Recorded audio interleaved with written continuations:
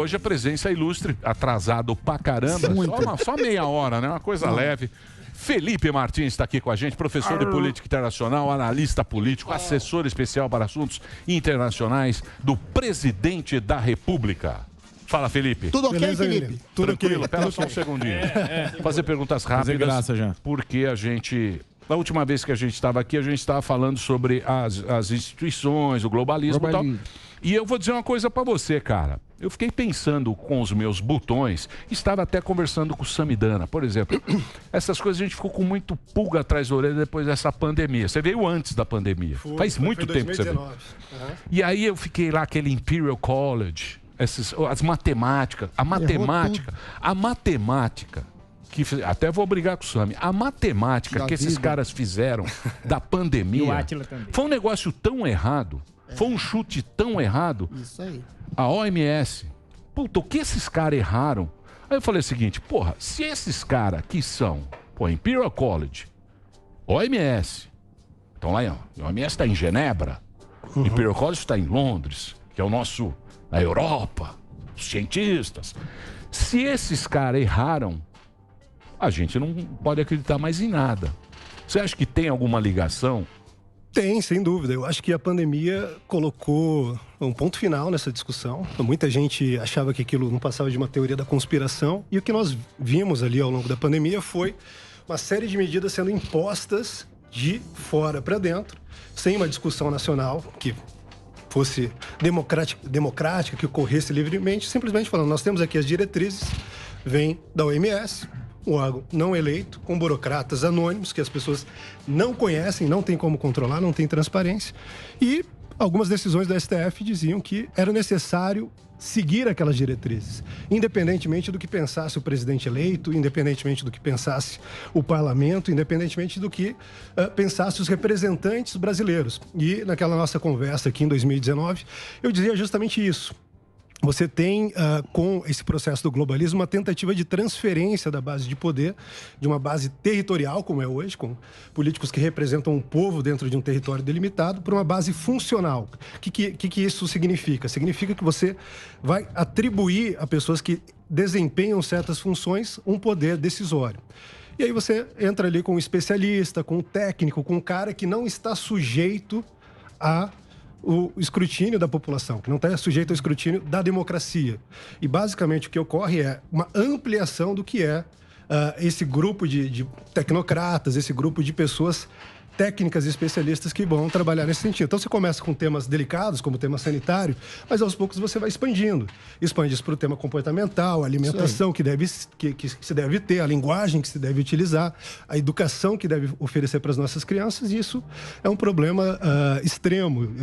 Mas o interesse é de quem, Felipe? Qual é o interesse? Quem ganha com isso? Quem ganha com isso? Porque, por exemplo, que nem a gente está dando uma notícia agora aqui, eu sou velho. Eu já vi, porque sempre é um cenário. Na época da Guerra Fria era um cenário, era aquele mundo, tinha bomba atômica caindo, tinha aqueles bonecos, aquelas casas sendo destruídas e tal. E você tinha que, aí o cara falava, se acontecer isso, é isso aqui que vai acontecer. Depois veio o buraco de ozônio. Porra, eu tinha medo do sol, cara. Lógico. E era sempre 20 anos. Terror. Era sempre 20 anos. Depois veio meus filhos era água. O Al Gore falava assim, daqui 20 anos não vai ter mais água. Eu falava, puta, 20 anos. Agora tem 20 anos também, eu saio hoje aqui, agora os 20 anos do aumento. Não era aquecimento global, agora são mudanças climáticas. Então o cara associa, ele fala, porra, tá muito frio aqui. Pô, que nem os caras falaram, porra, o Brasil sempre nevou. Aí falava assim, vocês estão vendo a neve que está vendo em Gramado? Pô, todo ano tem neve em Gramado. Não, e é sempre a última temperatura, a maior temperatura dos últimos 20 anos. Isso. Mas nunca é a maior de todos os tempos, porque sempre tem um precedente. Quem é o interesseiro? O interesse, aí é uma questão muito interessante. Você tem esse velho fetiche humano de brincar de Deus. Isso está presente em praticamente todas as ideias revolucionárias. Quando você olha para a Revolução Francesa, está presente lá a ideia de um grupo de iluminados, esclarecidos, pegando o afegão médio, como você sempre coloca, fala, esse cara não sabe nada e sou eu que vou fazer com que ele se nutra das minhas luzes. Ele vai aprender comigo como falar, como beber, como andar, e se ele não obedecer, ele vai para a guilhotina. Esse tá lá na base da modernidade. Isso passou pelas ideologias como ideologias totalitárias, como o nazismo, que tinha também um projeto de nação ali de cima para baixo, e o comunismo. E agora com o globalismo, que você vê até muito escancarado com a pandemia, é um grupo pequeno de pessoas que têm acesso a essas instituições. Eu falei aqui de burocratas anônimos que compõem ali a OMS. Mas esses burocratas anônimos são totalmente acessíveis ao Bill Gates, que é um dos maiores doadores, né? da OMS. Você tem fundações globais de grandes corporações que têm acesso a esse pessoal. É igual Brasília. Assim, eu sempre gosto de usar esse exemplo. Brasília não é qualquer um que consegue chegar lá e fazer se ouvir. Isso é muito claro. Se compara o SCAF, que tem a possibilidade de ir lá representando a Fiesp e o grupo, digamos assim, do PIB nacional, Sim. Ele consegue acesso fácil, consegue colocar suas pautas, mas o afegão médio não consegue. Quando a gente vai para essa escala superior, é pior ainda. Aí tem um grupo bastante restrito, que consegue levar essa agenda adiante, alguns por idealismo, que acreditam que esse é o meio para se implementar paz e prosperidade, social, como os comunistas acreditavam, os nazistas acreditavam, todo mundo acreditava que a ideologia tosca dele era um caminho para isso, mas só resulta sempre em morte Felipe, e outras coisas. Você está dizendo, trocando em miúdos, é que entidades burocráticas não eleitas, tipo ONU, Unicef, OMS, em parceria com mega empresários, mega bilionários, estão fazendo a ditadura perfeita, em nome do bem coletivo, em nome do bem social do mundo. Então, eles fazem uma ditadura limpinha e é um fascismo que você se sente obrigado, por exemplo, no caso da pandemia, a obedecer todas as normas irrestritamente da OMS e fazer tudo que eles mandam. É a ditadura perfeita, é isso. Mas, por exemplo, vamos analisar um negócio aqui. As marcas. Então, a gente vê, por exemplo, diversidade. Diversidade é um negócio que está na pauta. Tá na pauta. Ela está na moda, a diversidade. Eu vou dizer uma coisa para você. Como afegão médio que sou, eu não acredito que a marca ela vai ter isso. Ela usa esteticamente para entrar nesse esquema. Então você vê, o comercial, o cara fala o quê? Ah, vou colocar aqui um negro, um japonês, um não sei o quê, um menino aqui, tal, não sei o quê. Para quê? Para eu vender cerveja. Eu quero vender cerveja e eu quero ganhar dinheiro. Mas por que ele pega essa pauta e joga lá? Porque eu acho que pro afegão médio, isso não quer dizer muita coisa. Porque a estética a gente sente. Não tem alcance. Não tem alcance? Isso só fica numa bolha? O que acontece? Essas agendas todas também interessam esses grupos, porque quando você pretende dominar uma sociedade, quando você pretende dominar o mundo moderno, você precisa primeiro quebrar todos os corpos médios, todas as proteções que as pessoas têm. Uma delas, evidentemente, a principal, é a da família. Quando a gente fala, por exemplo, nessa discussão, o cara acredita só no que vem pelo WhatsApp. Ali a gente tem uma demonstração clara de que o brasileiro confia mais nas pessoas que ele conhece, seus familiares, por mais que a informação possa, evidentemente, ser de origem duvidosa, mas ele fala, isso aqui é meu pai que está me mandando, é um amigo, um cara que eu conheço, converso no dia a dia, do que no jornalista, que ele nunca viu na vida, ou quando ele vê ali que tem uma certa hipocrisia em relação ao comportamento dele.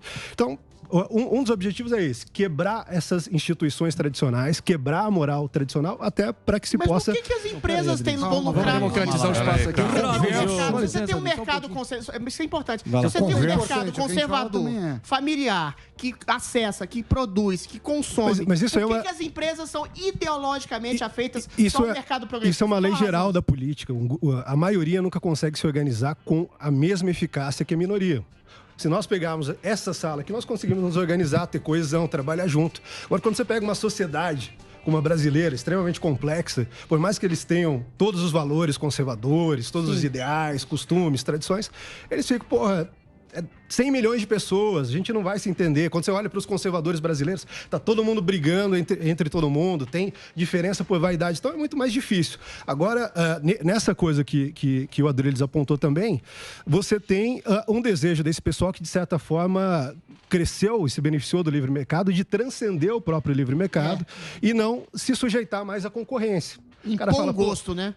Eu cresci, estou aqui, mas agora eu preciso me proteger. Esse é o primeiro instinto do empresário. Você tem alguns empresários que defendem o livre mercado por convicção e tudo mais, mas o primeiro instinto é a minha empresa e se eu puder obter ali umas vantagens do governo, uma vantagem do sistema vigente, eu vou fazer isso porque isso vai significar o futuro da minha empresa, a riqueza dos meus filhos e tudo mais. Isso acontece muito claramente. Na pandemia, o que a gente viu? Mercados todos fechados, shopping fechado, as grandes corporações avançaram.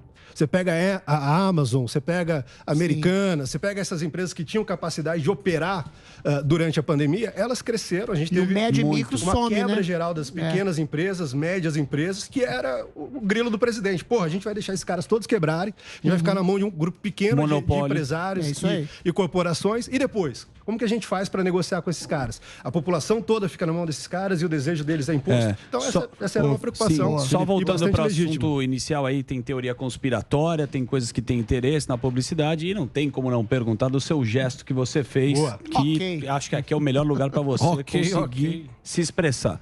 Falaram que era um gesto da supremacia branca, né? Que você estava arrumando a lapela. Tem relação também com a demissão do Ernesto Araújo, pelo menos segundo a mídia, que saiu. E como tudo é recortado, nada melhor que você para explicar o que era um gesto, se não era. Não, perfeito. Antes de mais nada, assim, eu nunca deixei esses rótulos colarem em mim, porque é uma coisa muito simples. Se você pegar aqui, eu acho que vários de vocês conhecem o Ben Shapiro. Ele tem um livro chamado Bullies. Sim. E ali ele explica... Conservador. Ele explica uma lógica muito simples. Você nunca chama de racista alguém que se orgulha daquilo. Ou seja, o supremacista branco, o neonazi, que se reúne às vezes ali no MASP e tal, se ele faz aquele gesto e o cara fala, pô, você fez o gesto, ele fala, sim, eu fiz, eu sou foda, fui lá no Senado e fiz. Porque ele veste a camisa, ele se orgulha, ele defende aquilo ali.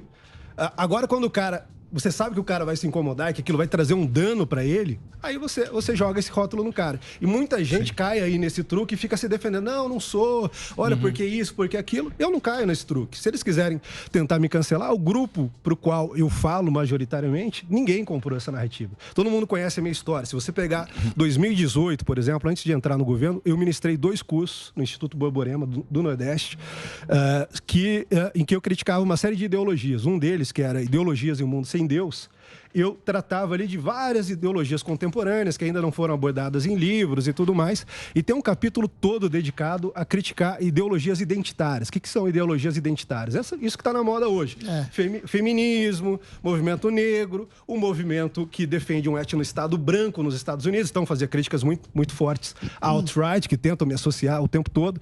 Então, muita tranquilidade em relação a isso. E isso tem, inclusive, refletido nos processos judiciais que eu estou movendo. Já são cerca de 10 processos, ações que eu movi contra pessoas que ou me acusaram de nazista ou afirmaram peremptoriamente que o gesto era de supremacia branca, e todos os 10 eu ganhei. Alguns já em segunda instância, a coisa tem andado muito bem.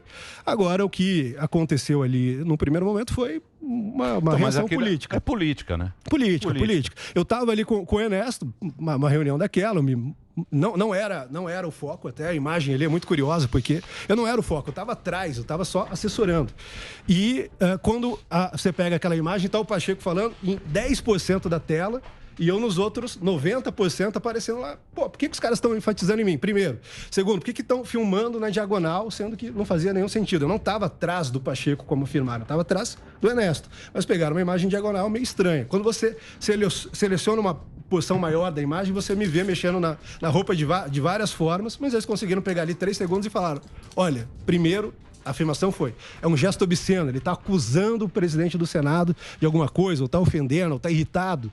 E depois foram para esse lado que causava um dano maior. Hoje não tem estigma maior do que chamar alguém de nazista, supremacista branco ou racista, que são todas as variáveis aí, mas evidentemente isso não colou. Teve muita pressão, claro, mas... Agora deixa eu fazer uma pergunta para você. Desde que começou o governo do Bolsonaro, eu falei, porra, esses caras são muito conflituosos. Parece que o Bolsonaro gosta...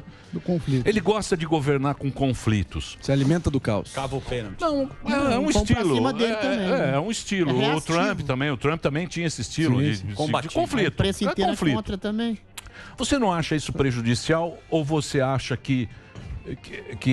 Porque muita gente, eu acho que uma grande maioria das pessoas que eu converso, pô, mas Bolsonaro briga muito, eles falam, briga muito, fala muita merda. Bolsonaro fala muita merda. São duas coisas aí, Emílio. Se expressa mal. Não, e eu queria só complementar. Eu queria saber o seguinte, você acha que isso é mais prejudicial pro Bolsonaro, para quem é Bolsonaro, para quem muge? Aqui nessa mesa, algumas pessoas mudam. Um muge e outro relincha. E outro relincha. Precisamos descobrir quem são esses dois.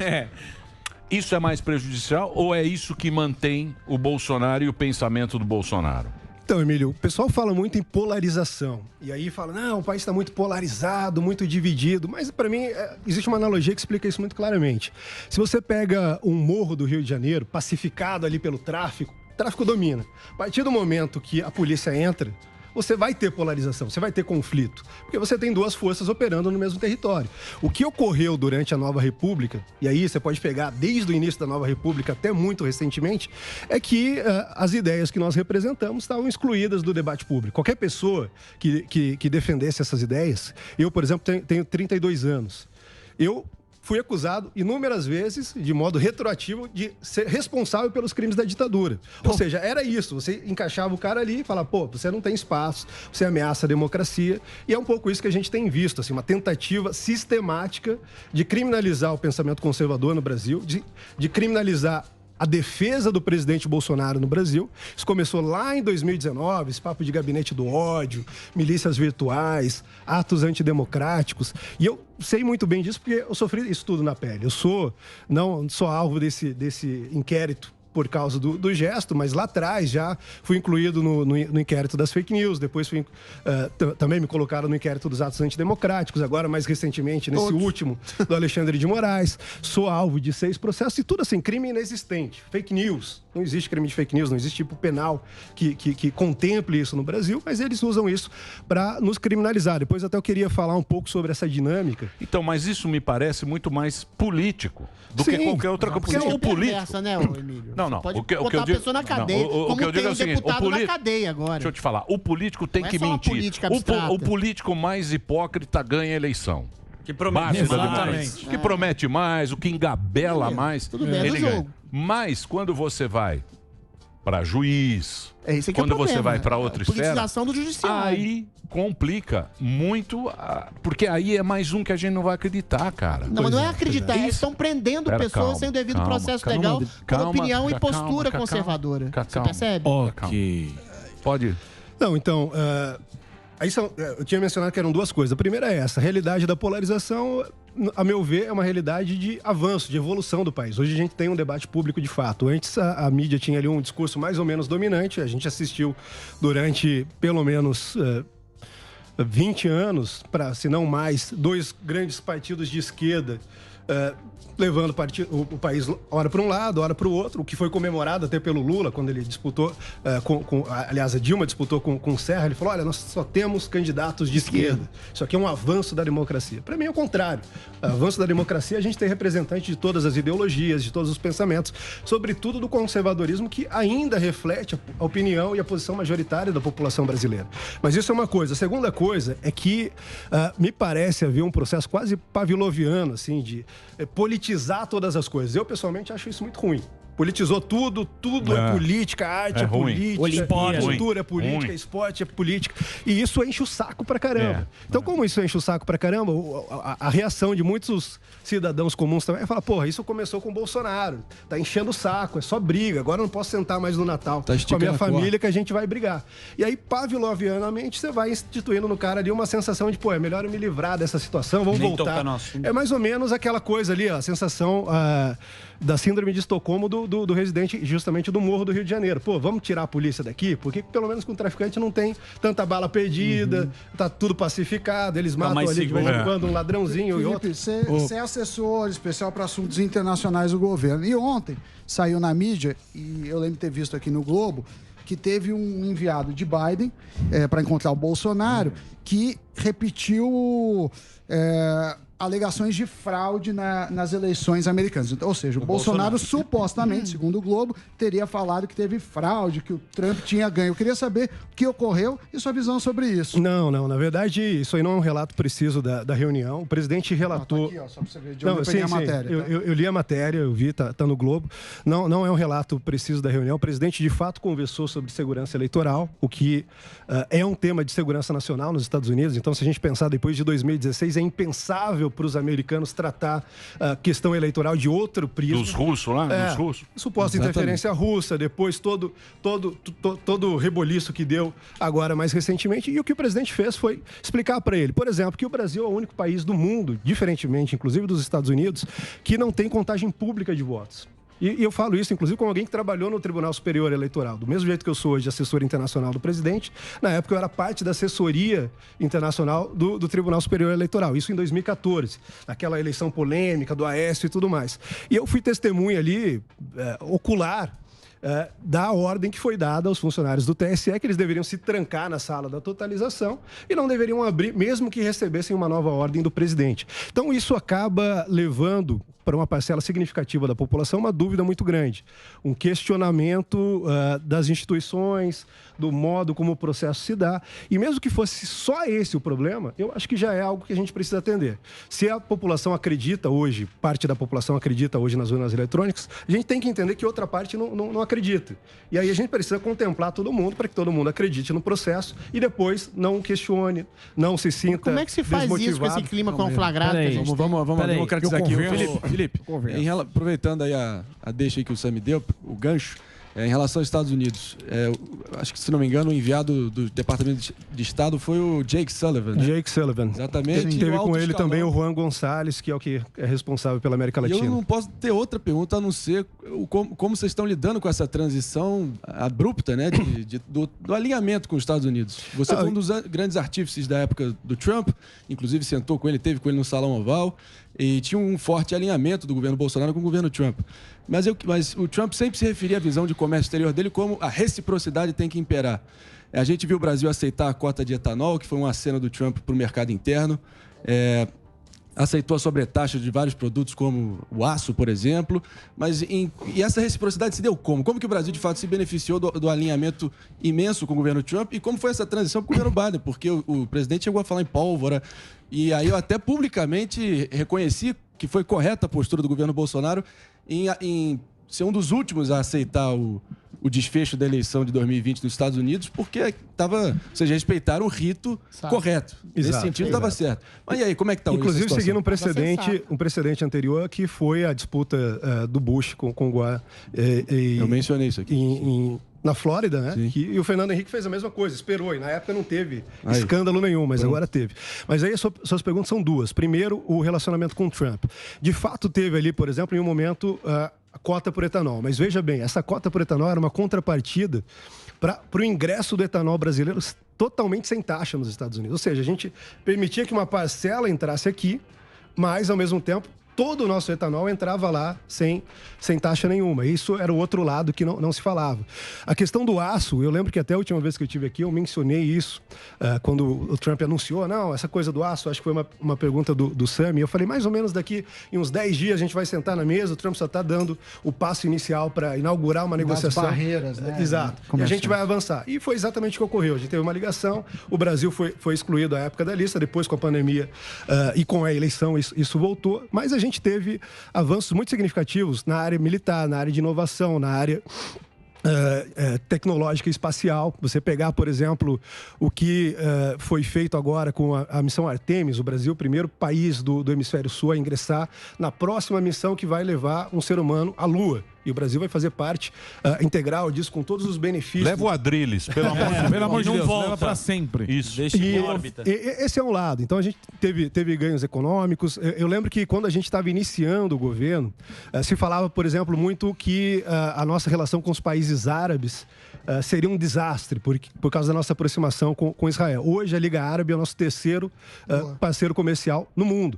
Isso se deve muito por esse trabalho feito em conjunto também com os Estados Unidos para pacificar o Oriente Médio e mudar o eixo do conflito ali. Então, os acordos de Abraão, o Brasil era sempre ali o segundo país fora do eixo do Oriente Médio e dos Estados Unidos, evidentemente, a assinar esses acordos e a contribuir com essa pacificação. Nosso relacionamento com os países, sobretudo do Golfo, hoje é o melhor possível. Isso tem nos rendido posições ali sucessivas, mesmo com a pandemia, dos países que recebem mais investimento direto estrangeiro, seja da Arábia Saudita, seja dos Emirados Árabes. Tem sido países que têm colaborado muito com a gente, por exemplo, para diversificar a origem dos nossos investimentos, não depender só da China, não depender só dos países tradicionais que investiam no Brasil. Então, isso tudo foi muito positivo, inclusive com as sinalizações em relação ao CDE e tudo mais. Agora... Que peta isso? Não posso deixar de perguntar. A OCDE, porque foi tratado com grande alarde, com a possibilidade de ingressar ao CDE, mas ficou pelo caminho? Como é que tá? Não, tá muito bem. Eu acho que, inclusive, com o governo Biden isso vai melhorar, porque o Trump tinha uma visão dele próprio, uma convicção de que a OCDE, como uma organização internacional, não devia se expandir. Dentro dentro daquela visão antiglobalista dele.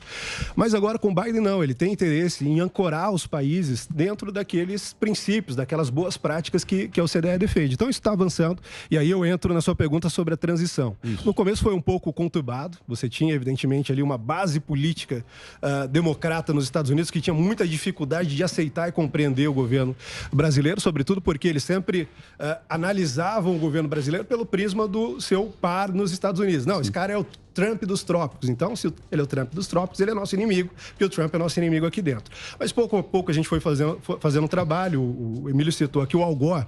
Hoje ele é o responsável pelas negociações climáticas. Então, eu participei, junto com o ministro Ernesto na época, com o ministro Salles na época, de conversas com o Al Gore para a gente tentar pacificar aquele que era o maior drama na relação, que era a questão ambiental. Das tartarugas, lembra das tartarugas? E a coisa avançou. Ele foi humilde, eu reconheço isso, ele foi muito humilde. Ele falou, eu estou fora da mesa de negociação há um tempo, vocês sabem o que está rolando, mas eu preciso entender a posição de vocês. A gente explicou a posição, isso nos rendeu mais tarde elogios públicos feitos pelo próprio Al Gore, que é uma figura ali mais à esquerda no Partido Democrata. Isso depois, o Kerry também. Depois, conforme as coisas foram caminhando, a gente teve aí uma série de visitas de alto nível. Então começou com o diretor-geral da CIA. Por que diretor-geral da CIA? Porque é o cara que está olhando a relação pelo prisma geopolítico, que é onde tem a proximidade maior. Bom, a gente tem interesses comuns, a arena da geopolítica claramente coloca Brasil e Estados Unidos nesse momento, mas politicamente a coisa está meio distante. Então manda o cara para lá, manda ele ver como estão as coisas, conversa com o pessoal que está formulando política, vê se tem esse ruído todo que a imprensa está criando, e ele constatou que não. Então, passado esse passo, veio agora o Jake Sullivan, que é o conselheiro de Segurança Nacional, ou seja, uma autoridade ainda maior. E o próximo passo é ou o secretário de Estado, ou talvez uma reunião entre Biden e Bolsonaro, que deve ocorrer talvez já no mês que vem. Muito bem, eu vou fazer um break rapidinho, é o break só para a rede. Não, é o break geral. Mas você vai ficar aí até as 2. Você falou com o Constantino. Consta, obrigado, Constantino. O Constantino aqui vai dar uma colher de chá hoje pra gente. Se ele quiser mandar alguma pergunta de lá também, tá aberto aqui. Estou disponível aqui. Pode abrir pro Constantino também. Nós vamos fazer um break rapidinho, mas a gente continua o papo aqui daqui a pouquinho aqui na Jovem Pan com o Felipe Martins, aqui do estúdio da Pan. Já já a gente volta. Tchau. Nós vai ali, volta, nós só vai ali, volta já. Pânico. No Mulheres Positivas, eu entrevistei o grande Pablo Spyer, mais conhecido como Tourinho. Você perdeu?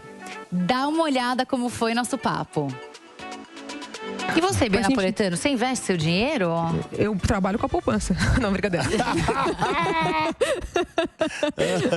Invisto meu dinheiro. Eu tenho ajuda, assim, porque eu, diferentemente dele, eu não entendo bulhufas disso, então eu tenho uma pessoa pra me ajudar. E aí eu vou colocando, assim, aquilo é recomendação, sabe? Mas devagarzinho você tá entendendo? Tá aprendendo? Tô, bastante. Devagarzinho vai aprendendo, não tem jeito. Não tô sentindo muita confiança. Mas tem que aprender, tem que CDB entender, eu comecei a entender um pouco. Legal. Mas que você falou que também não é... Tem CDBs muito bons. CDB é bom, poupança que não é bom. Tem CDB que... Os CDBs dos bancões, eles pagam 100% do CDI, pagam lá 4% ao ano. Mas tem CDB pagando 8%. E aí, gostou? Então baixe o Panflix e veja a entrevista completa. É de graça. Oferecimento TIM. Imagine as possibilidades. Histórias de vencedores Dorflex. Pablo Spyer, especialista em mercado financeiro e fenômeno do digital. Quais foram os principais desafios que apareceram no caminho? Apareceram vários. Um que me marcou era não falar inglês. Com 19 anos, eu, com bastante esforço, me joguei, fui na raça para os Estados Unidos e me virei por lá. Foi um grande desafio, mas eu colho os frutos até hoje. Você acredita que é possível alcançar os sonhos sem dor? Para vencer na vida é preciso muita raça, determinação, dedicação, resiliência. E quando a dor aparecer na caminhada, toma um Dorflex, que age na dor e relaxa na tensão muscular. Porque mesmo com muita batalha, a gente precisa relaxar. Vai, Tourinho! Vai, Tourinho! Dorflex é relaxante muscular, dipirona monoidratada, citrato de orfenadrina, cafeína anidra. Se persistirem os sintomas, o médico deverá ser consultado.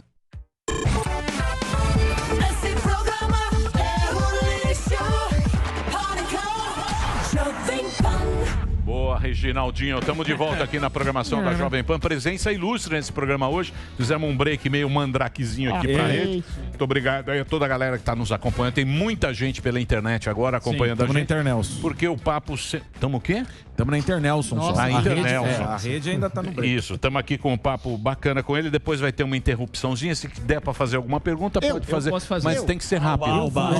Ele não fez. Eu faço, a minha rápida. Felipe, você que é um estudioso da política americana também, teve essa questão do voto auditável. Como você vê que vai acontecer? Alguma similaridade com o que aconteceu nos Estados Unidos aqui no Brasil? Capitólio. Olha, não, eu espero que não, evidentemente.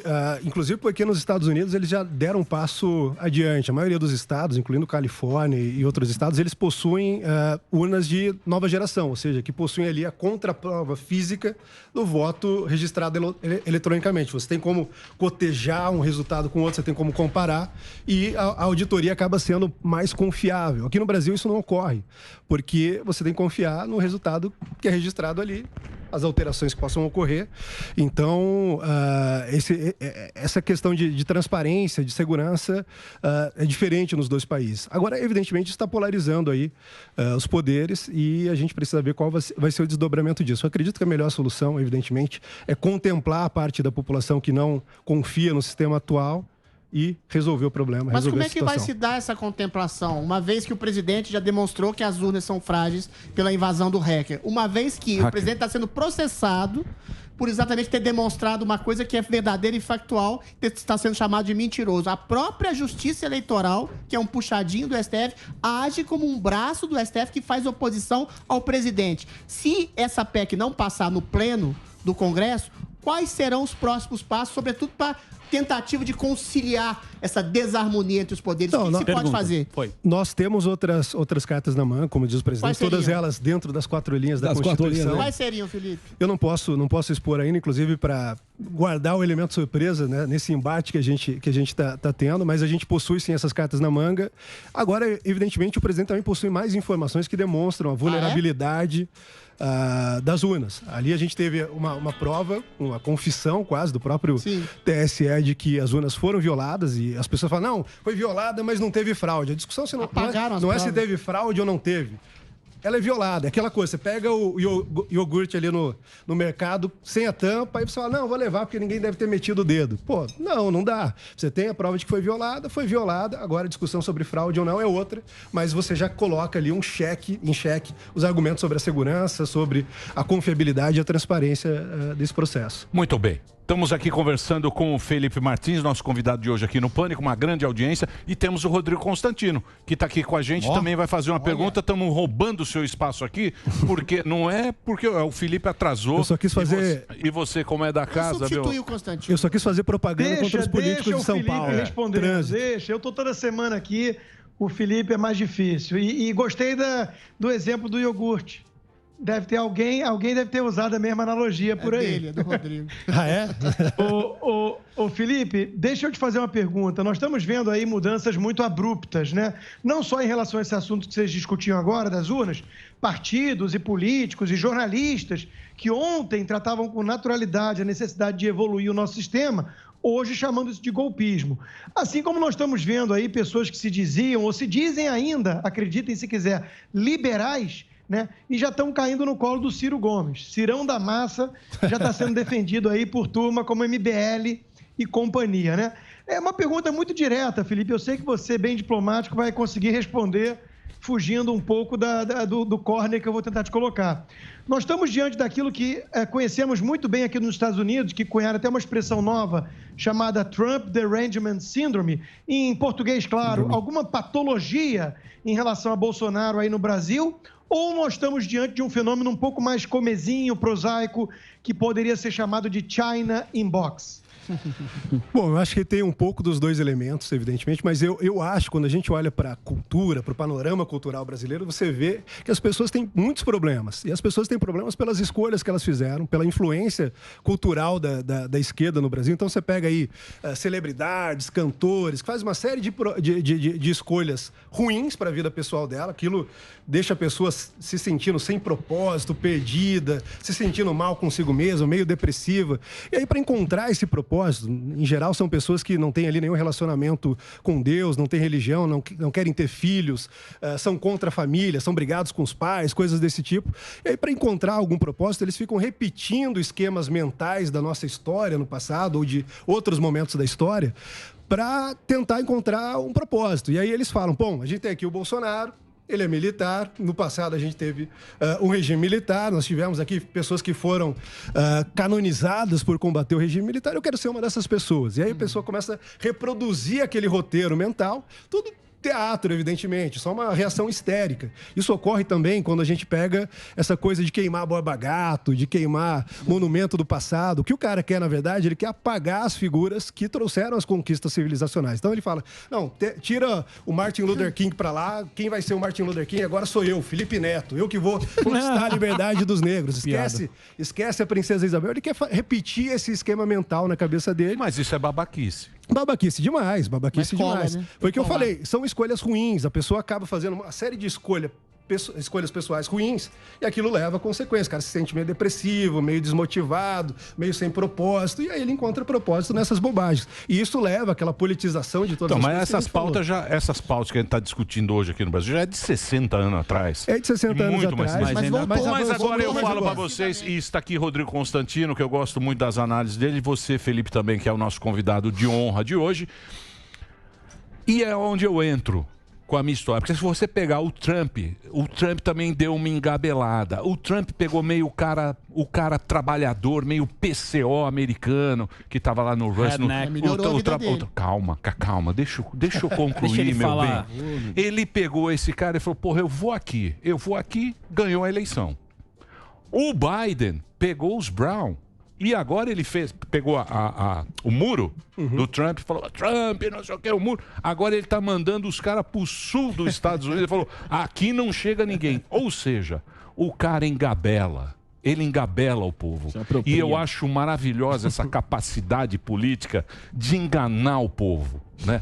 Que faz parte do político. Exato. Para onde é que nós vamos? Ó, que pergunta difícil.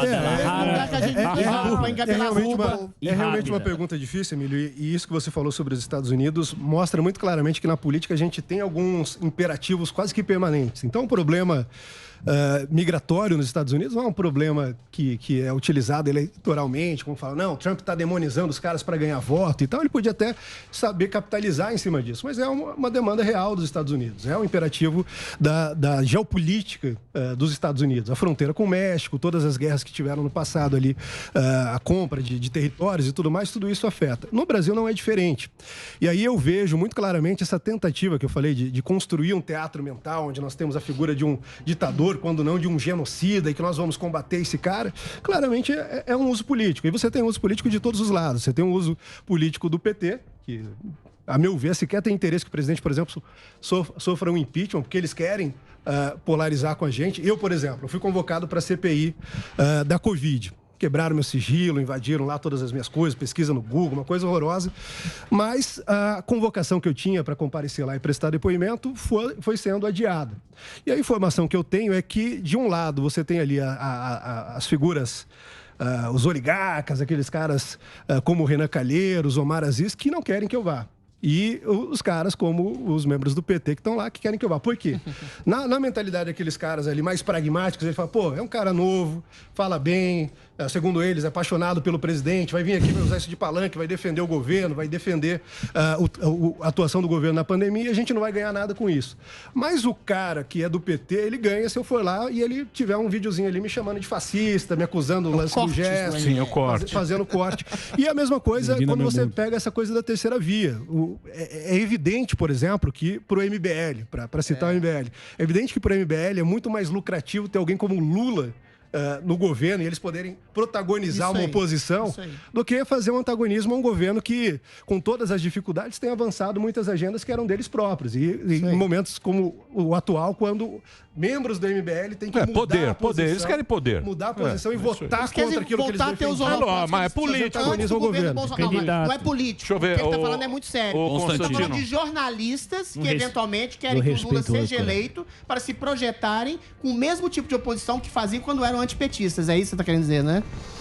Exatamente. Gente que quer lucrar com... Mas isso é um país que se dane, né? Quer lucrar com isso, um pouco a política do quanto pior, melhor. E outras pessoas que, evidentemente, lucram com o próprio antagonismo agora, né? Que é o caso da esquerda, dos petistas. Emílio, deixa eu pegar um gancho daí, então. Pois não. Um gancho daí, então, para jogar no liquidificador tudo que eu ouvi, inclusive a fala do Felipe antes sobre a questão da ausência de valores mais elevados, de Deus, família e tudo mais. É óbvio que político, desde sempre, o Ronald Reagan já tinha constatado isso, né? Segunda profissão mais antiga do mundo e muito similar à primeira, né? O político, ele engambela, ele dá uma dourada na pílula. Mas eu acho errado jogar tudo no mesmo saco. Eu acho que, assim como o jornalismo, né? Eu acho que existem pessoas que têm algum compromisso mais elevado. São pessoas que estão preocupadas, de fato, com o próximo de carne e osso. Tem empatia pelo próximo, não essa coisa de abstrações. Porque aí é o cenário da ideologia, da religião secular política, né? Então, assim, a turma toda preza muito por hipocrisia. Veja que o Obama aqui fez agora uma festança de arromba de aniversário, o pessoal chegando de jatinho e tudo mais, e são os mesmos, tudo sem máscara, são os mesmos que falam dos outros, né? São genocidas, pegada de carbono, é um negócio. Então, tem uma turma, Emílio, que vive de sinalização de falsa virtude. Eles colocaram alguma coisa muito equivocada nesse lugar mais elevado, né? E tem gente que, tendo que jogar dentro do terreno da política, que tem que convencer, tem que persuadir, eles podem até simplificar a mensagem. O Trump fez isso com o muro. Mas, como lembrou o Felipe, ele estava tocando numa coisa muito séria, né? Num tema real e importante. Então, eu acho que não é justo só misturar tudo, porque tem muita cobiça, muita ambição pelo poder em si. E tem outras pessoas que enxergam isso como um fardo, como, inclusive, uma coisa desgastante, que faz mal, mas que alguém tem que fazer, né? De certa forma, o trabalho sujo, o dirty job, de encarar isso, porque senão não tem vácuo em política. Né? Então tem que ocupar esses espaços. Eu vejo muito diferente a postura de um lado e do outro. Né? A esquerda vive com essa sinalização de falsas virtudes, e endeusando sempre os monstrengos equivocados, a ideologia, essas coisas que eles colocam no lugar. Eles não estão nem aí para o próximo. São eles que vivem dessa visão estética de mundo, dessa narrativa toda de que enxerga fascismo e genocida em tudo que é lugar e fica jogando para a plateia. Do outro lado, Emílio, tem gente que encara a pedreira, né? E muitas vezes, como eu disse, é um sacrifício pessoal muito grande, porque você sabe que vai passar por uma máquina de moer reputações, você sabe que tem processos que ficam depois, você é acusado de... Como é que é? De fascista por ajeitar paletó. Não pode nem arrumar o paletó mais. Tem uma turma que encara uma pedreira, sabe que vai ser demonizado pelo gabinete paralelo do lulismo, por militantes disfarçados de jornalistas que ficam logo cedo na manhã, né? Eu tentando fazer meu Cooper e ouço essas coisas. Falando que jogar a doutora Mayra Pinheiro, capitã cloroquina, na Justiça Internacional de Haia, né? Por quê, meu Deus do céu? Porque matou gente deliberadamente, é uma genocida. Olha o nível que chega. Uma médica que está tentando dar sua cota de contribuição, de sacrifício pessoal pelo próximo, e é tratada dessa forma por vagabundos, por gabinete paralelo do lulismo. Então, é muito duro encarar, e ainda bem que tem gente que encara. Mas eu não colocaria no mesmo saco podre, não, porque isso é tudo que os de lá querem, né? Político é tudo igual. Não. Rodrigo, eu diria, inclusive, que o motivo principal pelo qual criticam o presidente é porque ele não faz esse jogo de cena. Não, ele tá falando demais, tá falando besteira. É porque ele se mostra como ele de fato é. Eu tô ali nessas reuniões, G20, tô ali com outros chefes de Estado nos bastidores, eu vejo exatamente isso que você falou. Os caras estão lá todos batendo papo sem máscara, interagindo normalmente, aí fala, vamos ligar as câmeras, coloca a máscara. O presidente não, ele quer levar para as pessoas a realidade que está por trás disso. Pode ser que, até na avaliação de algumas pessoas, isso seja um erro dele. Mas, a meu ver, você está comprando aquilo que você está vendo. E não um produto empacotado, construído ali com auxílio de marqueteiros, de pessoas que estão desenhando ali nos detalhes. Não, fala isso aqui, coloca essa palavra, usa esse termo porque você vai causar um melhor impacto. Ele não, ele se mostra como ele de fato é. E eu acho que... Mas isso é porque ele não quer, porque ele se acha... o dono da verdade ou porque... Eu acredito que ele ascendeu politicamente, assim. Eu acho que no início foi até um acidente. Ele falando o que ele pensava, manifestando o pensamento, o modo dele de ser.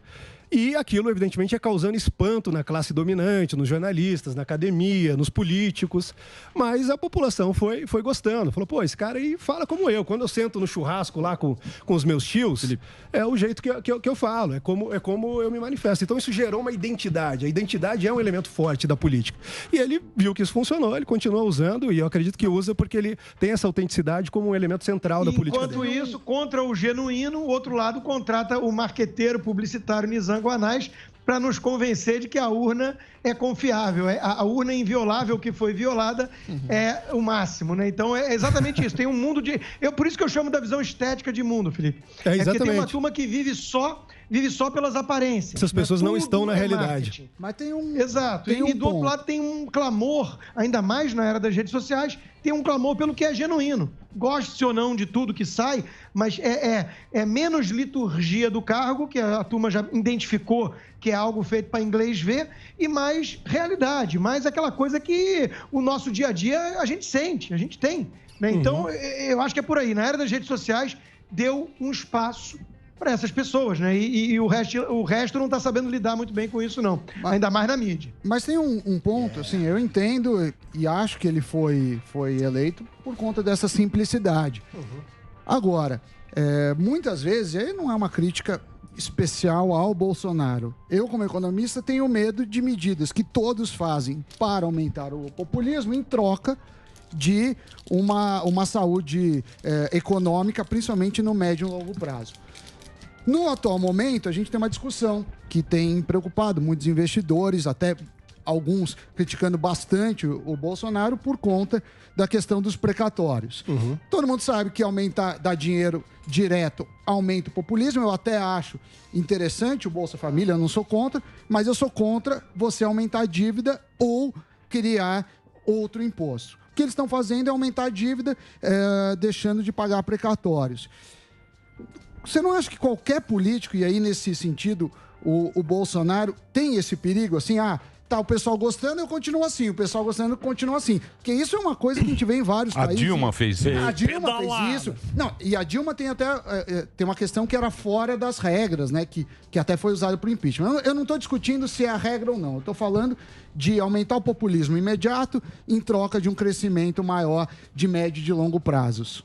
Olha, eu acredito que não existe um paralelo aí, até porque quando falam de precatórios, por exemplo, é uma posição de parlamentares. Evidentemente, muitos parlamentares que são associados ao governo, mas isso não significa que o governo está encampando isso ou que vá encampar no futuro. O presidente, no auge da pandemia, quando acabou o auxílio emergencial, ele falou, peraí, ia lá o pessoal no cercadinho e fala, não, a gente precisa estender, aumenta para tanto, a gente quer 14º, 15º, ele, não, peraí, me apontem a fonte que a gente vai usar para pagar isso aí. A gente não pode estourar as contas. Então, ele sempre colocou isso, inclusive, para a população, mesmo sendo uma mensagem muito impopular. Agora, quando você olha para a realidade de Brasília e todos os interesses que operam ali, todos os grupos de pressão, tudo que está em jogo, uma coisa ou outra pode acabar passando, mas eu não acredito que vai ser o caso dos precatórios. E eu diria, inclusive, que se a gente for pensar do ponto de vista de medidas impopulares, o governo teve coragem de tomar várias medidas impopulares. Sempre se critica, não, falso liberalismo, não avançou o suficiente. Concordo, não avançou o suficiente. Primeiro, uma situação de pandemia, não se compara com o que a gente vinha construindo em 2019. Mas ainda assim, independência do Banco Central, quando a gente pensa, por exemplo, em privatização de ativos, o governo Fernando Henrique Cardoso só conseguiu privatizar no segundo mandato. E fez isso ali, em 8 anos, 63 ativos privatizados. O governo Bolsonaro, em 3 anos, privatizou mais de 100. E fez aí grandes cases. Agora com a permissão de privatização dos Correios, mas antes disso, Liquigás, a TAG, que é uma grande transmissora de gás.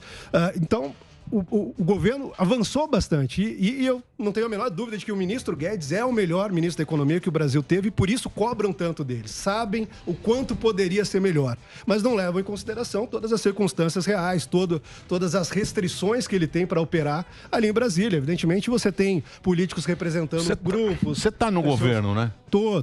Você tá no... Qual é a maior dificuldade que você... Você está lá há quanto tempo? 2 anos e pouco. Eu tô desde o início, Você nunca tinha feito política antes? Nesse sentido, não. Assim, tá no governo, tá no... tá lá no front, no dia a dia, no dia a dia. Como eu falei, trabalhei no judiciário, trabalhei para o Departamento de Estado dos Estados Unidos, eu era funcionário da Embaixada Americana, trabalhei com política desde sempre, consultoria, análise política, mas tá lá no dia a dia na treta. Agora tá ali, é realmente uma... Eu já escrevi bastante sobre isso nas minhas redes sociais, é realmente um desafio muito grande, inclusive por essa coisa que eu falei do globalismo. Esse processo que eu mencionei que ocorre fora, de você transmitir poder para uma base funcional, ocorre também dentro do governo. Você pega, por exemplo, o Ministério da Educação. Você tem ali uma... não mexe. Você tem uma série de leis que estão enraizadas. Mexe, e você tem uma burocracia permanente. Essa burocracia permanente fala, esses caras aqui vão passar. Então, o que importa é a nossa agenda. Como que a gente avança isso? E, normalmente, eles fazem isso em convergência com essas agências internacionais. No caso da educação, a Unesco. No caso da saúde, a OMS. E isso avança. Então, você tem um processo também muito difícil de tentar desaparelhar o Estado, mas não apenas dos partidos políticos, mas também de uma burocracia dominante. Então, mas quando o cara chega para você, porque os caras mudam o nome. Eles mudam o nome. Era comunista, aí virou socialista. Agora é globalista. Aí social-democrático, agora progressista e tal. E progressista é bonito, eu acho bom isso. Eu quero ser um progressista. Quando chama você de retrógrado, de querer mudar em tudo que é bom e que o futuro sempre que vai trazer coisas boas. E você é um rapazinho que tá lá na ditadura nos anos 60, querendo dar os valores da família, da pátria. Você que tá lá de DeLorean. DeLorean que não viveu. Isso. E como é que você se posiciona em relação a isso? Que você é atrasado? Eu acho que até a minha figura ali no governo me simboliza um pouco isso, assim, sem modéstia. Porque a forma como eu cheguei desde o primeiro momento, eu fui nomeado no meu cargo dia 1º de janeiro.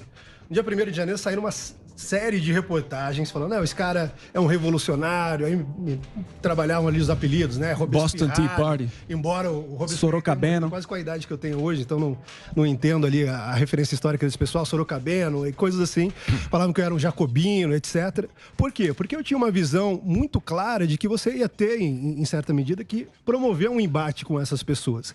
E desde o primeiro momento eles tentaram me amarrar a minha atuação dentro dessas acusações todas que tem desdobramento até hoje. Então, num primeiro momento já vem ali com uma lista, olha, essas pessoas pertencem a milícias virtuais, e essas listas iam sendo atualizadas. Então, no começo estava lá o Danilo Gentili, Lobão, Gabinete do ódio, todo mundo que defendia o governo. Você era o chefe lá, né? Me acusavam disso, mas não tem um gabinete do ódio para chefiar. Tem lá até esse gabinete do ódio. Aí, a camiseta. Aí os caras foram para esse lado, e se você pegar, isso até é uma coisa que talvez seja a mensagem central, na minha perspectiva, sobre o que está se passando hoje no Brasil. A gente tem, evidentemente, um avanço autoritário muito claro contra um grupo político que se organizou ali mais ou menos às pressas, sem recursos, sem uma capacidade muito grande, sem um número significativo de quadros também, e a gente reconhece isso, sem a experiência da máquina do Estado. Mas desde o começo a gente teve essa reação. Pega lá atrás, 2018, presidente eleito. Ele não tinha nem assumido o cargo ainda, inicia um processo no Tribunal Superior Eleitoral para cassação da chapa, com a alegação de que ele havia utilizado disparo em massa. Fizeram toda a análise, não encontraram nenhuma materialidade para aquilo e identificaram que o Haddad fez isso. Eles atacaram aquilo, não conseguiram encontrar, deixaram em suspenso, não arquivaram ainda, eles usam aquilo ali de volta e meia para achacar o governo. Depois joga lá, CPMI das fake news. Mesma teoria. Tem esses caras aí, o Carlos e o Eduardo são os chefes do gabinete do ódio, o Felipe Martins é o estrategista e depois tem o pessoal na ponta aí operacionalizando. Não avançou. Teve lá, o pessoal que teve lá deu um show, teve o Hans River do Rio de novo, apontando na cara do Rui Falcão, falando, não, quem foi lá na minha empresa pedir disparo foi o senhor, não foi o Bolsonaro, nunca fiz isso. Eles veem que não vai dar certo, eles pegam as informações e fazem uma espécie de lavagem. Como faz lavagem de dinheiro? Lavagem da informação, joga para o inquérito das fake news. Mas tem funcionado, Felipe? Como é que você reage a esse tipo de grosso de informação feito pela mídia, pelo STF, pelo judiciário, por classes políticas? Parece que todo mundo a gente tem aí que tá. O governo. O que você pode fazer como método de comunicação para reagir a isso? Esse é o centro da coisa toda. Então, eles vão todos esses passos, eu fui citando aí cada um dos passos para a gente saber a profundidade dessas ações. Então foi lá, inquérito das fake news, inquérito dos atos antidemocráticos, agora esse mais recente do organização criminosa digital, etc. E se você pegar mesmo a ação do Moro, por exemplo, a ação do Moro de interferência na Polícia Federal, eles desenvolvem lá uma teoria que é a seguinte, teoria dos núcleos bolsonaristas.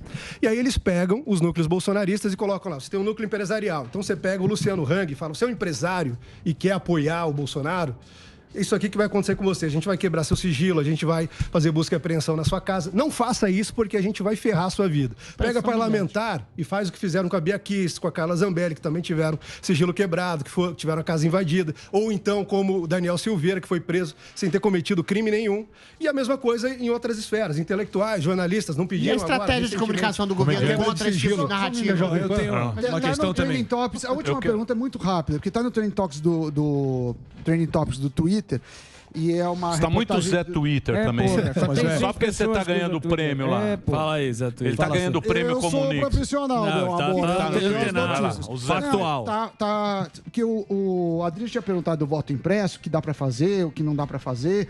E aí, o UOL deu essa notícia, Thaís Oyama, que foi aqui da rádio, falando que amanhã terá, no horário da votação, uma demonstração de força em frente às esplanadas lá, com tanques de guerra. E eu queria saber se isso procede o Trump ou não. Tá no UOL, assim. Interrogação. Agora, tá em trending topic do Twitter. A Thaís Oyama escreveu um livro chamado Tempestade, né? E aí, a minha curiosidade, quando ela escreveu aquele livro, os bastidores ali do governo Bolsonaro, eu peguei uma cópia digital, dei um Ctrl F, Felipe Martins. Falei, pô, sou vaidoso, quero saber o que ela tá falando de mim. E aí ela descreve ali um momento em que supostamente teria ocorrido uma reunião como essa. Ah, Felipe Martins se reuniu lá com... Estavam os oficiais militares, o presidente, ministros. Felipe fez uma análise de conjuntura, mostrou o que precisava para fechar o Congresso. Isso nunca ocorreu. Nunca ocorreu. Os milicos, você não manda nos milicos, não. Você é um puta moleque. General Heleno. Inclusive, chega lá com os milicos, você aqui com essa barbinha aí. Tem que fazer flexão. Inclusive, alguns militares não escondem o fato de não gostarem de mim. Outros se dão muito bem. Eu, inclusive, dei aula e palestras em várias instituições militares. Tenho construído um trabalho nesse sentido que eu acho que é bastante importante até para renovar e atualizar as visões das academias. Mas, evidentemente, não mando nem milico, nem ministro, nem ninguém. Se a gente pegar a minha situação atual hoje lá, é de mera sobrevivência. Eu estou sendo processado. Eu vou ver se o Constantino... O Constantino, já que a gente citou aqui a Ioama, que adora. Pelo amor de Deus, amiga. Pelo amor de Deus. A carinha dele. Então vai pra Flórida, fica na casa dele uma temporada. Vai pra Disney. Pode fazer a próxima pergunta aí, o que você quiser falar aqui com o convidado. Eu tô gostando do raciocínio que está sendo desenvolvido pelo Felipe e vou só jogar mais um pouquinho de lenha, né? Porque o que fica claro quando a gente olha isso tudo, é até o tema da minha coluna hoje na Gazeta, é o seguinte, né? Eu peguei como um gancho de uma fala do Charles Batista, que é deputado estadual no Rio de Janeiro, né? Seria tudo tão mais fácil se o presidente fosse corrupto, né? Então, assim, pelo que dá a entender, isso tudo que a gente está vendo de confronto, é basicamente duas coisas que eu enxergo de fora, né? E é curioso que eu sou também acusado de ser jornalista gado bolsonarista. O Rodrigo não estava na lista e depois entrou, né, Rodrigo? Eu tô com mau acesso, né, à turma do poder, mas tudo bem. O ponto é o seguinte, seria mais fácil, porque o que o sistema, vamos chamar assim, não está aceitando, não está engolindo, e como o Felipe lembrou, não engoliu desde a vitória, porque ali já começou com um esquema de chapa. Então, o que a turma não está engolindo são duas coisas. A direita efetivamente no poder, porque antes chamavam de direita o PSDB, que qualquer pessoa que estudou sabe que é a esquerda, né? E, ao mesmo tempo, um governo que está com 2 anos e meio sem escândalo de corrupção. Né? Então, isso parece que travou ali a engrenagem, né? Uma areia incômoda na engrenagem que já estava bem azeitada em Brasília, que tem muita gente que vive disso. Então, estão tentando expelir o corpo estranho. Porque aí volta o quê? A esquerda e fica uma disputa entre PSDB e PT, como se fosse direita e esquerda, e é tudo dentro da esquerda, e fica de volta a normalidade. Eu vejo hoje até o Fernando Gabeira escrevendo coluna no Globo, falando, não, precisamos neutralizar Bolsonaro para resgatar a paz, a normalidade. Quando eu vejo alguém falando isso, eu penso assim, o que é resgatar a normalidade do Brasil? Ah, entendi. Né? Era um escândalo de corrupção por semana, era só a esquerda hegemônica no poder. Então, está parecendo isso, está parecendo que não estão engolindo a hipótese de que agora tem que abrir espaço para a direita, com todas as imperfeições, com uma agenda que vai ficar aquém do desejável, ainda mais porque tem os próprios obstáculos do Congresso. Foram eleitos aqueles deputados e senadores, tem que passar por eles, não é um déspota esclarecido que venceu a eleição. Então, todo mundo sabe isso, que o movimento conservador, liberal conservador, ele vai ter que ocupar muito mais espaços na academia, na política, até conseguir reverter esse quadro. Mas hoje o que temos é o tiozão do churrasco, e isso está incomodando de tal forma, né, que a turma está se unindo, todos os monstros do pântano, como diz o Paulo Guedes, estão se unindo para neutralizar o homem. É mais ou menos por aí, né, Felipe? Exatamente, Rodrigo. Eu estava falando justamente disso. Se você pensar toda essa tentativa de criminalização do movimento conservador, na prática, o que significa isso? Que eles não querem que a gente exista. Eles querem empurrar a gente para os guetos, querem afastar a gente do debate público, como foi na maior parte da Nova República. Isso está muito claro, está muito claro. O direito... os direitos fundamentais, as liberdades fundamentais não nos alcançam num país que alcançam corretamente até mesmo estupradores, psicopatas, os caras estão lá protegidos pelos direitos humanos. Mas quando chega numa figura como eu, aí não. Pô, quebra o sigilo do cara, ele não é sequer investigado, aí a gente pega lá, com a desculpa de investigar a pandemia, investiga 2 anos antes, tudo que ele pesquisou no Google, tudo que ele assistiu no YouTube, foi isso que eles fizeram. Todas as conversas de WhatsApp, Facebook, Instagram, as fotos que ele tirou, a localização dele, por onde que ele passou e tal, isso é uma coisa surreal. Eu conversando com o pessoal da Polícia Federal, etc., eles dizem que isso não ocorre nem mesmo com chefes do tráfico, com suspeitos de terrorismo, e fizeram isso comigo, que não sou investigado pela CPI. Então, esse avanço é muito claro, o que fizeram com Daniel Silveira, o que fizeram com Oswaldo Eustáquio, o que fizeram com uma série de jornalistas independentes da mídia alternativa, blogueiros, enfim, foi uma coisa simplesmente criminosa. E tem mais. Quando o presidente Bolsonaro tenta fundar o Aliança, você tem busca e apreensão na casa das figuras principais do Aliança. Quando o presidente tenta ir para o Patriota, o TSE interfere lá para tirar o presidente, Adilson Barroso, da presidência do partido. Então, o que a gente tem é muito grave, muito sério. Eles simplesmente não querem que uma parcela da população tenha representatividade. E aí a gente cria uma crise. Por exemplo, quando a gente chegou em 2019 e tal, a gente conseguiu fazer um experimento ali até bastante virtuoso de governar sozinho, através da pressão das massas e tudo mais. Mas ali era um outro momento. A gente estava tentando avançar a nossa agenda conservadora, os nossos valores, aquilo tudo que a campanha defendeu. Mas quando você chega em 2020, você tem, primeiro, pandemia.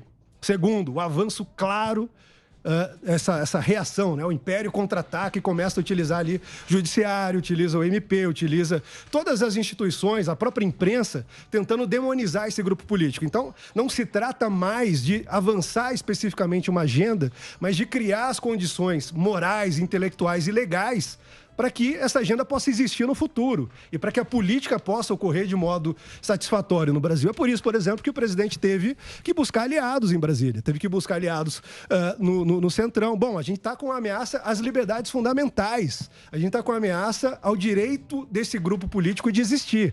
Então não é, vamos tentar aqui organizar para avançar algo contra o aborto. Isso é importante, a gente continua fazendo, tem tido avanços significativos ali na maior parte das áreas, mas é muito anterior a isso, é uma briga pela existência. A gente precisa se aliar em quem pode nos dar força para criar essas condições mais gerais que eu falei, intelectuais, morais, legais, para que a Constituição e os direitos fundamentais, as liberdades fundamentais, inalienáveis, voltem a valer para aqueles que defendem o presidente. Para que a pessoa que se manifesta nas redes sociais não seja acusada de fazer parte de um gabinete do ódio, simplesmente porque ela defende o presidente. Estamos vivendo um estado policialesco, arbitrário, né, de abuso de poder evidente e que não vem do governo federal. Mas até porque os mesmos que cobravam a articulação do presidente e do governo com o Congresso antes, agora demonizam a aproximação com o Centrão, ignorando também que os pseudo-liberais que foram eleitos surfando a onda da direita e do próprio bolsonarismo, né, foram os primeiros a trair e abandonar o barco, ou seja, deram as mãos aos petistas e psolistas, assinaram super pedido de impeachment, né, e reclamam que o presidente se agarra onde pode para sobreviver, né, politicamente. Então, no mínimo, incoerente. Essa turma ajudou a colocar o presidente nessa situação. Nunca teve uma bancada forte, eram tentativas ali de bancadas temáticas que você coloca, né? Mas o presidente, numa entrevista aqui no Pânico, para o Emílio, anterior a ele assumir, ele disse com todas as letras, eu vou ter que governar com o Congresso eleito. Né? Não estão satisfeitos. Constantino, eu preciso encerrar o programa. Eu queria agradecer muito a sua presença, viu, Constantino? Rodrigão. E também do Felipe aqui, que deu uma colher de chá, o cara trabalha em Brasília e tal. Foi só propaganda contra o trânsito de São Paulo. Eu vou dizer uma coisa para vocês. Se vocês me permitirem, gente muito inteligente, Madrilene Jorge, temos aqui o Alba. Eu proponho para que a gente faça uma facção anarquista. Não está dando certo. Não está dando certo. Até agora não fomos bem. Não está funcionando. Não funcionou. Não está funcionando. Está tentando fazer, não vai. Paulinho o Gabeira quer que volte as coisas como eram, quer tranquilidade e tal. Irmão brigando com irmão, família brigando. Dá certo. Vamos fazer, a gente faz uma pauta anarquista. Primeira coisa que a gente faz é o seguinte: o STF impede o Bolsonaro. Vamos trabalhar por isso. Tchau. Segunda, a gente devolve todo o dinheiro pro Lula. Tudo que ele roubou, companheiro. Tudo que o Lula roubou, a gente devolve. Tudo que o Lula roubou, a gente devolve. Corrigido. Danos morais também. Tudo que ele roubou, volta pro Lula. Pede o Bolsonaro, STF. Vai lá, os caras, tá impedido. Devolve tudo pro Lula, correção, tal, pedindo desculpa. E terceiro, a gente tira o Borba Gato, derruba o Borba Gato, igual derrubaram com o Saddam Hussein. Certo. Com aquele não precisa queimar. E a gente bota o Renan Calheiros. Ele, assim, a cheio de pompa. Coisa bonita. Mas antes o Renan é um herói antifascista e antigenocida. Pronto, cara. Ele e o Almaraz. Todo mundo fica feliz. Vai ficar todo mundo feliz. Eu conto com você, Felipe. Renan, o bandeirante. Pode ser? Eu conto com você. Eu vou pensar a respeito. Tá bom. É uma que a gente pode investir nessa aí. Se a gente tiver o apoio que tá seguindo. O apoio da população, o apoio da mídia, o apoio da população, a gente pode. São 3 pautas. E o Barroso para presidente. Não, aí já é muita coisa. Muita coisa. Filipão, obrigado pelo Eu que agradeço, desculpa o atraso. Imagina, não tem problema. Sempre um prazer estar aí com vocês.